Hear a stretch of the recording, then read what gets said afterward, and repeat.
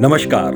आप देख रहे हैं ज्ञानशाला न्यूज अपडेट। एक नजर आज की सुर्खियों पर। भारतीय मूल की नीरा टंडन को अहम जिम्मेदारी, अमेरिकी राष्ट्रपति की वरिष्ठ सलाहकार नियुक्त।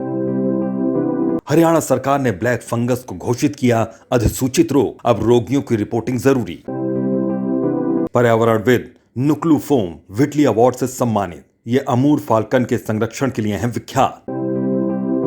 केयर्न एनर्जी ने रेट्रोस्पेक्टिव टैक्स के मामले में एक बार फिर भारत सरकार पर किया केस। अब खबरें विस्तार से। पर्यावरणविद नुक्लू फोम का चयन व्हिटली अवार्ड्स 2021 के लिए किया गया है। ये नागालैंड के लोंगलेंग जिले के रहने वाले हैं। नुक्लू फोम व्हिटली अवार्ड्स पाने वाले पहले भारतीय हैं। व्हिटली अवार्ड्स को ग्रीन ऑस्कर कहा जाता है और इसे ब्रिटेन स्थित व्हिटली फंड फॉर नेचर नाम की धर्मार्थ संस्थान प्रदान करता है। इस पुरस्कार का उद्देश्य जमीनी स्तर पर कार्यरत वन्य जीव संरक्षणवादियों को प्रोत्साहित करना है। नुक्लू फोम जैव विविधता शांति गलियारे बना रहे हैं, जिससे अमूर फाल्कन पक्षियों को स्थानीय शिकारियों से बचाने में सहायता मिली है। अमूर फाल्कन दुनिया की सबसे लंबी यात्रा करने वाले शिकारी पक्षी हैं, जो दक्षिण पूर्वी साइबेरिया और उत्तरी चीन से होते हुए प्रजनन के लिए भारत में प्रवास करते हैं। इसके बाद हिंद महासागरीय क्षेत्रों से होते हुए ये दक्षिणी अफ्रीका चले जाते हैं, जहां वो काफी लंबा वक्त गुजारते हैं।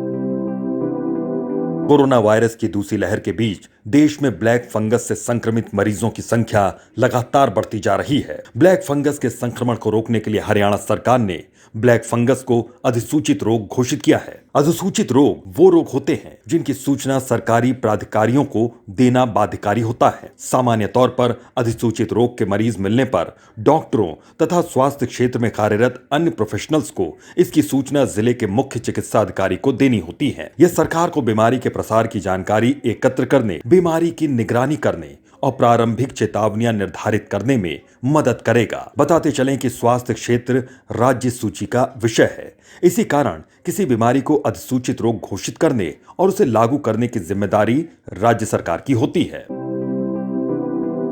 पंजाब की सरकार ने इस वर्ष 10 लाख हेक्टेयर जमीन पर धान की बुआई प्रत्यक्ष धान बीजारोपण यानी डीएसआर तकनीक से करने का निर्णय लिया है। गौरतलब है कि कोविड-19 के कारण इस वर्ष पंजाब में कृषि श्रमिकों की बहुत कमी है। पिछले वर्ष भी कोविड-19 के कारण कृषि मजदूरों की कमी थी, जिसके कारण एक बड़े हिस्से पर प्रत्यक्ष धान बीजारोपण तकनीक से धान की बुआई की गई थी। इस वर्ष इसे बढ़ाकर 10 लाख हेक्टेयर करने का लक्ष्य है। डीएसआर पद्धति के तहत धान के बीज को सीड ड्रिल मशीन की मदद से खेत में खरपतवार नाशक दवा के साथ छींट दिया जाता है। वहीं परंपरागत रोपण विधि से धान की खेती करने के लिए पहले बीज की नर्सरी तैयार की जाती है। बीज तैयार होने के बाद खेत में पानी की उचित व्यवस्था करके मचाई के बाद रोपाई करने की आवश्यकता होती है।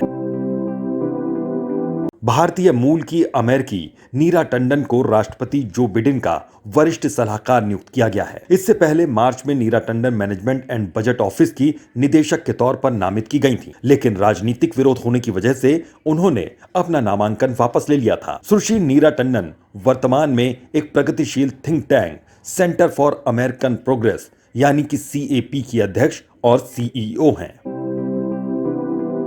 ब्रिटेन की तेल कंपनी केयर्न एनर्जी ने न्यूयॉर्क के सदर्न डिस्ट्रिक्ट की अदालत में एक मुकदमा दायर किया। इस मुकदमे में कंपनी ने एयर इंडिया को उस रकम के भुगतान के लिए जवाबदेह बनाने की मांग की है जो उसे भारत सरकार के खिलाफ दावे में जीत से हासिल हुई है। कंपनी का कहना है कि एयरलाइन कंपनी पर सरकार का मालिकाना हक है, इसलिए वह कानूनी तौर पर सरकार से अलग नहीं है। गौरतलब है कि पिछले वर्ष रेट्रोस्पेक्टिव टैक्स के मामले में अंतर्राष्ट्रीय मध्यस्थता न्यायाधिकरण ने केयर्न एनर्जी के पक्ष में फैसला सुनाया था। न्यायाधिकरण ने माना कि केयर्न एनर्जी पर रेट्रोस्पेक्टिव टैक्स आरोपित करना गलत था और निर्णय दिया कि भारत सरकार कंपनी की जब्त रकम को ब्याज समेत वापस करे। यह 1.2 अरब डॉलर की एक बड़ी रकम है। बताते चलेंगे कि वर्ष 2006-07 में केयर्न यूके ने केयर्न इंडिया को केयर्न इंडिया होल्डिंग के शेयर हस्तांतरित किए थे। कंपनी ने टैक्स बचाने के लिए विदेशी लेन देन के माध्यम से इस हस्तांतरण को किया था, जिसमें ऐसे पक्ष शामिल थे जो भारत के कर क्षेत्राधिकार के अंतर्गत नहीं आते थे। इसके बाद वित्तीय अधिनियम 2012 पारित किया गया और ऐसे लेन देन पर भी टैक्स लगाया गया। सामान्यतः जब कानून पारित किया जाता है इसके बाद की किसी तारीख से इसे लागू किया जाता है, लेकिन इस कानून को कानून बनने की तारीख से बहुत पहले 1962 से लागू किया गया। ऐसे कानून जो पारित होने के पहले की किसी तारीख से प्रभावी होते हैं रेट्रोस्पेक्टिव कानून कहलाते हैं। इस रेट्रोस्पेक्टिव कानून के चलते केएन यूके कंपनी पर आयकर विभाग ने 24,500 करोड़ रुपए का कर लगाया। कंपनी ने आयकर विभाग के खिलाफ आयकर अपीलीय अधिकरण और उच्च न्यायालय में मामला दर्ज करवाया। वर्ष 2015 में केयर्न एनर्जी ने भारत सरकार के खिलाफ अंतर्राष्ट्रीय मध्यस्थता न्यायाधिकरण में केस दायर किया। अंतर्राष्ट्रीय मध्यस्थता न्यायाधिकरण हेग नीदरलैंड में है। भारत मौसम विज्ञान विभाग के अनुसार अरब सागर के ऊपर बना दबाव का क्षेत्र अब चक्रवाती तूफान तौकते में तब्दील हो गया है। दक्षिण पश्चिमी राज्यों में इससे काफी नुकसान पहुंचने की संभावना है। चक्रवात का शाब्दिक अर्थ है एक गोल घेरे में घूमती हुई हवा। आमतौर पर चक्रवात निम्न दाब का क्षेत्र रहता है और परिधि पर उच्च दाब, अतः चारों ओर से केंद्र की तरफ हवाएं चलती हैं। इस चक्रवाती तूफान का तौकते नाम म्यांमार की तरफ से रखा गया है। यह बर्मी शब्द है जिसका अर्थ होता है अत्यधिक आवाज करने वाली छिपकली। इन्हीं खबरों के साथ आज की अपडेट समाप्त होती है। नमस्कार।